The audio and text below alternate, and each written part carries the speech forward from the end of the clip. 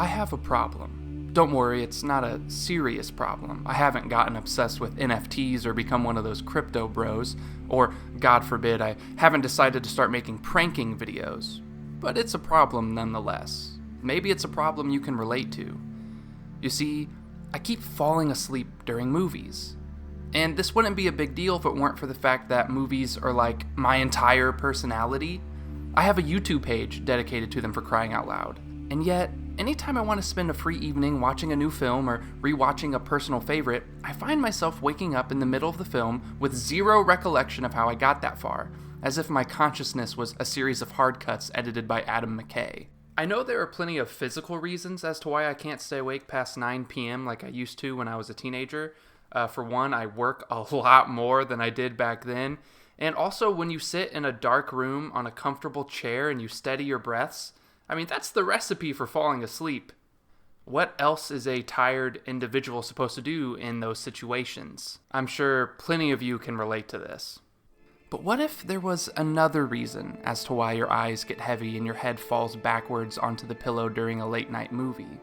What if, along with the physical reasons, the very nature of editing itself led to your drowsiness? And what if knowing this helps us to better understand the nature and function of film? In his book, In the Blink of an Eye, legendary film editor Walter Murch investigated why cuts in movies work.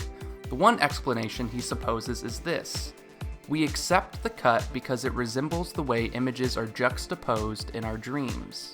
This is only a rabbit trail of an idea in Murch's writing. He goes on to argue that cuts mirror our own blinking and the frequency of our thoughts.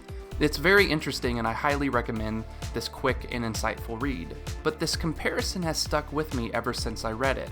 Like dreams, scenes in a film do not unfold in a continuous stream of information, unless you're Birdman or 1917. You do not have to see point B to get from A to C in a film. You can simply splice them together. In the dark of a theater, time can be twisted and erased on the screen. Vast distances can be conjoined in seconds. And instead of revolting in confusion, our brains just accept this. Perhaps because this is something we experience every night when we close our eyes.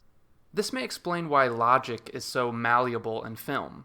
Sure, there are plenty of those who cry about plot holes every chance they get, but for the most part, a lot of logical inconsistencies get glossed over in films, and the audience is none the wiser. Certain plot points or characters get abandoned, or there are contrivances made in order to let the story move quicker. These sorts of things happen in film, just like they do in our dreams. So when a tired individual sits down in a dark, comfortable spot and watches film scenes juxtaposed with each other at 24 frames per second, is it a stretch to suggest that one reason this person falls asleep so readily is because their mind already believes it's dreaming? Maybe. But more importantly, what does this connection between dreams and film editing tell us about how we analyze and create movies? Notice how often the language we use around films mirrors that of dreams. What does this all mean is a question we ask after we watch a movie and when we're recounting a dream to a friend.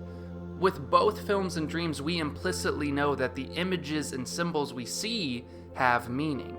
As I've alluded to earlier, I believe this is a clue that audiences should treat films, at least a little bit, like dreams, and let emotion and symbols be the driving force of interpretation rather than logic.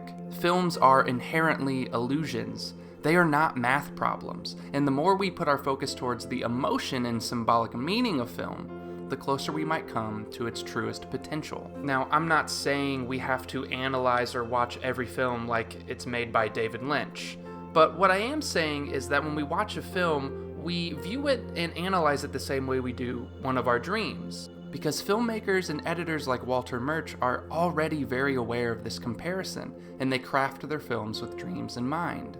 So don't beat yourself up the next time you fall asleep during a movie. Maybe it's the highest compliment you can pay the film.